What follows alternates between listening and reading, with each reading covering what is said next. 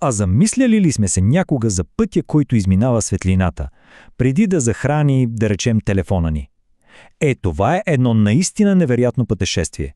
Започва от сърцето на една звезда на цели 150 милиона километра от тук и стига чак до контакта на стената. Точно този път ще проследим сега заедно. Всичко, абсолютно всичко започва с тази цифра. Тя е направо умопомрачителна. Това е мощността, която нашето Слънце излъчва всяка една секунда. Само за да си го представим, това е повече енергия, отколкото цялото човечество е консумирало в цялата си история. И това, пак повтарям, се случва всяка секунда. И тук естествено идва големият въпрос. При цялата тази на практика безкрайна енергия, как изобщо можем да уловим дори една мъничка частица от нея? И не само това, ами и да я превърнем в електричество за домовете си. Ами отговорът се крие в фотоволтаичната технология. Добре, но преди да стигнем до панелите на покрива, трябва да разберем източника. Слънцето не е просто някаква гигантска огнена топка в небето. Не, то е колосален ядрен реактор. Дълбоко в ядрото му, при температури от 15 милиона градуса, водородни атоми се сливат и образуват хелий. И точно този процес, наречен ядрен синтез, освобождава това огромно количество енергия под формата на светлина и топлина. Разбира се, не цялата тази енергия достига до нас, но точно там, на ръба на нашата атмосфера, на всеки квадратен метър, който е перпендикулярен на слънчевите лъчи, пристига точно 1367 вата. Наричаме това соларна константа. За сравнение, това е предостатъчно енергия, за да захрани едновременно няколко доста мощни компютъра. Но пътешествието на слънчевия лъч всъщност тепърва започва. Сега той трябва да премине през нашата атмосфера, която е един доста сложен филтър от газове, облаци, прахови частици и там го очакват доста препятствия.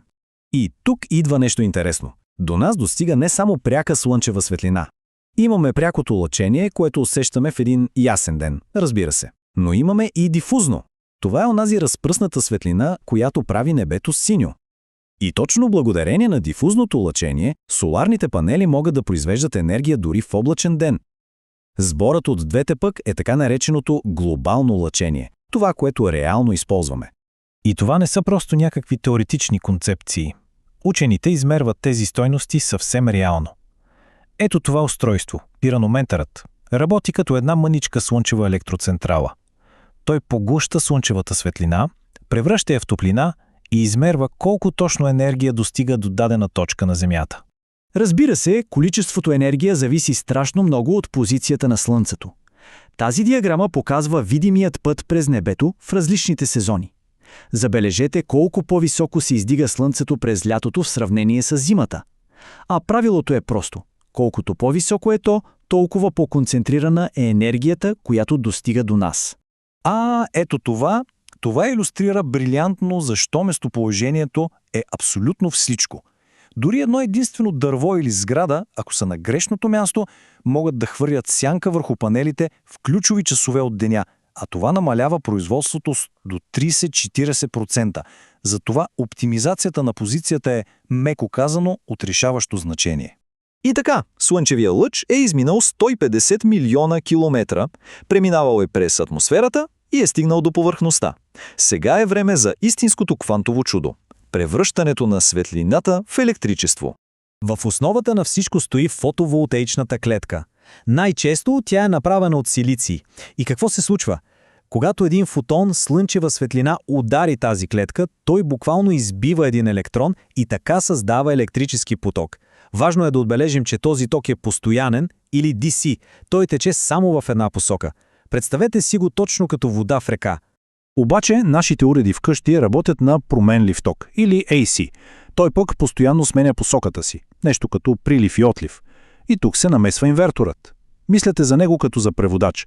Той взима еднопосочния постоянен ток от панелите и го преобразува, превежда го в двупосочен променлив ток, който вече можем да използваме за абсолютно всичко. Добре, но дали всички слънчеви панели са създадени равни? Разбира се, че не. Технологията се развива непрекъснато и днес ще разгледаме основните видове, които е добре да познаваме. Нека да видим двата най-разпространени типа. Монокристалните панели, както подсказва името, са направени от един единствен чист силициев кристал.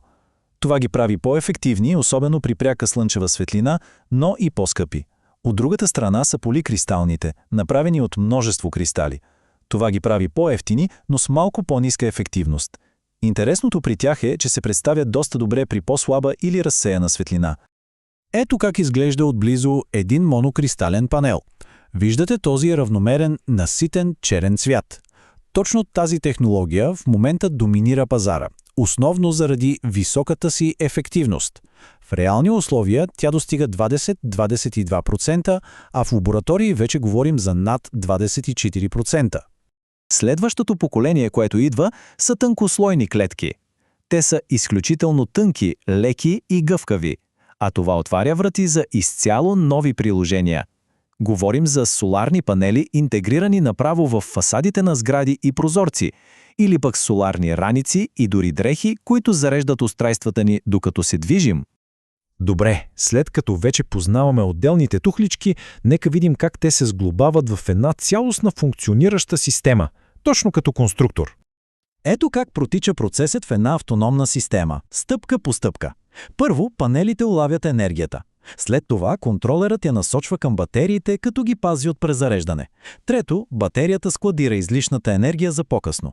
Четвърто, инверторът преобразува постоянния ток в променлив. И накрая, пето, уредите я консумират. Просто нали? Разбира се, не всички системи имат нужда от батерии. Системите, които са свързани с мрежата, са по-прости и по-евтини. При тях излишъкът от енергия просто се продава обратно в мрежата. Автономните системи, от друга страна, дават пълна енергийна независимост, но пък изискват инвестиция в батерии, за да се съхранява енергия за през нощта или за облачните дни. В крайна сметка обаче, всичко се свежда до географията. Тази карта ясно го показва. Една и съща фотоволтаична система в Южна Европа може да произведе до 3 пъти повече електричество годишно, отколкото същата система монтирана на север. Това ни кара да се замислим какъв е потенциалът точно там, където живеем. И докато си говорим за основите, науката, разбира се, не спира. Една от най-вълнуващите нови технологии са така наречените перовскитни клекти. Когато се нанесат като тънък слой върху стандартна силициева клетка, те постигат рекордна ефективност от над 25%.